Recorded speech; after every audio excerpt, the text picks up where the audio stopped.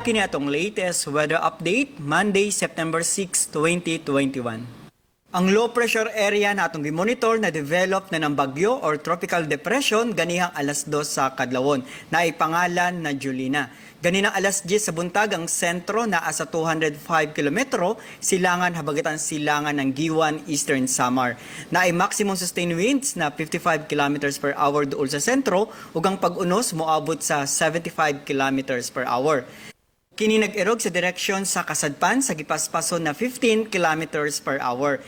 Ug naatay gimonitor na bagyo sa gawas ng Philippine Area of Responsibility or Tropical Depression na gilayon sa 1,535 kilometro silangan ng Virac, Catanduanes. Ug para sa atong mga dugang detalye, bisita atong mga official social media accounts. Kini si Jomar Eclarino gikan diri sa Mactan, Pag-asa Visayas, DOST, Mayong Adlaw.